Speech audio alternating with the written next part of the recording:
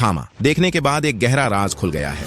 यह लोग इस यूनिवर्स को सिर्फ सेटअप नहीं कर रहे हैं, बल्कि एक बड़े खतरे की नींव रख रहे हैं। फिर चाहे वह भेड़िया 2 को लेकर हो, स्त्री 3 को लेकर हो, शक्तिशालिनी को लेकर हो, या फिर जितनी भी मूवीज आने वाली है इस यूनिवर्स में, ये सब तो बस शुरुआत है, जिसे लेकर ये लोग बहुत ही ज्यादा सीरियस हैं और उसे बहुत अच्छे से एग्जीक्यूट भी कर रहे हैं, जिसके बारे में हम अच्छे से इन डिटेल डिस्कस करेंगे इस वीडियो में। और अगर तुम अभी भी इस यूनिवर्स के आने वाली मूवीज को इस पोस्टर के हिसाब से मान के चल रहे थे, तो मैं बता दूं कि थामा के आने के बाद ये सारी मूवीज अब डिले हो चुकी हैं। और ऐसा भी हो सकता है कि इस पोस्टर में जितनी भी मूवीज हैं, उनके अलावा भी कोई नई मूवीज हमें इनके बीच देखने को मिल सकती है। हालांकि इसके चांसेस कम हैं, लेकिन पॉसिबिलिटीज हैं, जिसके बारे में हम एंड में बात करेंगे। तो इस वीडियो में हम यही डिस्कस करेंगे कि जितनी भी मूवीज आने वाली है वो आपस में कैसे कनेक्टेड होंगे, उनकी स्टोरी क्या होगी, उसमें विलेन कौन होगा, हीरो कौन होगा, सबके बारे में इन डिटेल बात करेंगे अच्छे से। इसीलिए वीडियो को एंड तक जरूर देखना। तो सबसे पहले शुरू करते हैं शक्तिशालिनी से, जो कि थामा के बाद नेक्स्ट मूवी होने वाली है। पहले यह फिल्म इसी साल दिसंबर में रिलीज होने वाली थी, लेकिन अब यह अगले साल दिसंबर में आएगी। तो पहले इस फिल्म के लिए कियारा एडवाणी को कास्ट किया गया था, लेकिन उनके प्रेगनेंसी के वजह से अब ये रोल मिल गया है अनीत पाड्डा को, जो कि सैयारा में थी, और इसके अपोजिट विलेन के रोल में लिया जा रहा है रणदीप हुड्डा को। तो ऑफिशियली अभी तक हमें सिर्फ यही पता है, इसके अलावा और कोई डिटेल हमें नहीं बताई गई। लेकिन अगर हम बात करें कि इसमें हमें कहानी किसके बारे में दिखाई जाएगी और वो इस यूनिवर्स की दूसरी मूवीज से कनेक्ट कैसे होगी, तो देखो, जहां तक मुझे लगता है तो इसमें हमें मां काली या मां चामुंडा और किसी असुर की कहानी दिखाई जाएगी। तो वहां पे शक्तिशालिनी का लोगो बना हुआ है। अब ये मां चामुंडा से कैसे कनेक्टेड है, मैं वो भी बताता हूं। तो देखो, यहाँ पे जितने भी वेताल हैं वो लोग यक्षासन को फॉलो करते हैं, राइट। और यक्षासन को पावर किसने दिया था? मां चामुंडा ने। तो यहाँ इस क्लब में इस लोगों का होना क्लियरली बताता है कि ये मां चामुंडा से कनेक्टेड है, क्योंकि ये जो वेताल लोग हैं वो मां चामुंडा की ही कम्युनिटी है। तो शक्तिशालिनी के बाद आएगी भेड़िया 2, जो कि पहले 2026 में आने वाली थी, लेकिन अब 2027 में आएगी। तो देखो, भेड़िया 2 को थामा में बहुत अच्छे से सेटअप कर दिया गया है कि कैसे भेड़िया को आलोक की खून की जरूरत है और आलोक को भेड़िया के खून की जरूरत है। अगर आपको भी यही लग रहा है कि भेड़िया 2 में हमें बेताल वर्सेस भेड़िया देखने को मिलेगा, तो यू आर रॉन्ग, जहां तक मुझे लगता है। तो भेड़िया 2 में हमें एक पूरी वेयर वुल्फ की कम्युनिटी दिखाई जाएगी और उन्हीं वेयर वुल्फ में से कोई एक विलेन होगा।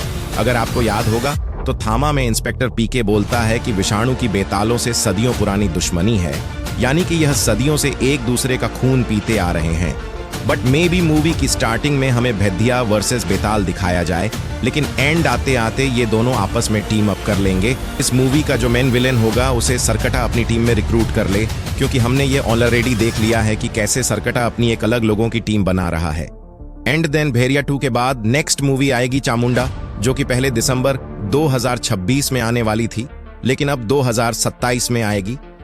हमें सिर्फ इतना बताया गया है कि इसमें जो मेन लीड एक्ट्रेस होगी वो आलिया भट्ट होगी।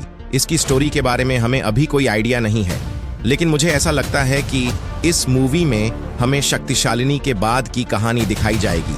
और ऐसा रूमर सुनने को मिल रहा है कि इस मूवी में हमें अक्षय कुमार का कैरेक्टर देखने को मिल सकता है as a man villain. And अगर इस मूवी में एज अ मैन विलेन दिखाया जाए तो ये मूवी डायरेक्टली कनेक्ट हो जाएगी महायुद्ध मूवी से। तो चामुंडा के बाद स्त्री 3 आएगी, लेकिन स्त्री 3 होने से 6 महीने पहले एक एनिमेटेड मूवी आएगी छोटी स्त्री के नाम से, जिसमें हमें एनिमेशन के थ्रू स्त्री की ओरिजिन स्टोरी बताई जाएगी। तो स्त्री 3 पहले रिलीज होने वाली थी 2027 में, लेकिन अब ऐसा लग रहा है कि ये मूवी हमें 2028 में देखने को मिलेगी। और ये मूवी ना MSCO की बहुत इंपॉर्टेंट मूवी होने वाली है, क्योंकि इस मूवी में वो सारे कैरेक्टर्स रिटर्न होंगे जिन्हें हमने स्त्री 2 में देखा था। तो ऐसा हो सकता है कि इस स्त्री 3 के एंड में विक्की को भी कोई पावर्स दे दी जाए, क्योंकि जस्ट इमेजिन महायुद्ध में इतनी बड़ी लड़ाई होगी। उसके बाद इसमें भी मेन विलेन सरकटा ही होगा, लेकिन और भी ज्यादा पावरफुल वर्जन में। और ऐसा भी हो सकता है कि हमें अक्षय कुमार के कैरेक्टर की बैक स्टोरी दिखाई जाए। उसके बाद ये मूवी एक और कैरेक्टर पे फोकस कर सकती है, और वो है जना का कैरेक्टर। तो स्त्री 3 के बाद आएगी महामुंजा, यानी कि मुंजा 2। पहले यह मूवी 2027 में रिलीज होने वाली थी, लेकिन अब मे भी 2028 के लास्ट में आएगी। अब वो महाराष्ट्र से मध्य प्रदेश यानी कि चंदेरी पहुंच चुका है, जैसा कि हमने स्त्री 2 के क्रेडिट सीन में देखा था। एंड मुझे ऐसा लगता है कि अक्षय कुमार को वो लौटा मुंजा ही लाके देता है, क्योंकि वहां पर ना तो कोई नॉर्मल इंसान जा सकता है और ना ही कोई नॉर्मल जानवर। इस सीन में मुंजा अपनी ही बहन को मार देता है, तो इससे तो ये कंफर्म हो जाता है कि यह कैरेक्टर हमें इविल साइड में ही देखने को मिलेगा। महामुंजा के क्रेडिट सीन में हमें यह दिखाया जाए कि सरकटा मुंजा को भी अपनी टीम में रिक्रूट कर लेगा और फिर इन सब कैरेक्टर्स का फेस ऑफ होगा। इसकी जो अगली मूवी आएगी महायुद्ध, उसमें जो कि 2 पार्ट्स में आएगी, महायुद्ध 1 एंड महायुद्ध 2। इन दोनों मूवीज में हमें सारे कैरेक्टर्स का क्लोजर देखने को मिलेगा और इन सब का जो मेन विलेन होगा वो मोस्ट प्रोबेबली अक्षय कुमार का ही कैरेक्टर होगा, क्योंकि इन लोगों ने ऑलरेडी प्लान कर रखा है कि इनकी अपकमिंग मूवीज क्या होने वाली है। जितनी भी मूवीज की स्टोरी के बारे में मैंने बताया उसे उतने सीरियस मत लेना, ये मेरी खुद की थ्योरीज है जो कि पॉसिबल हो भी सकती है और नहीं भी।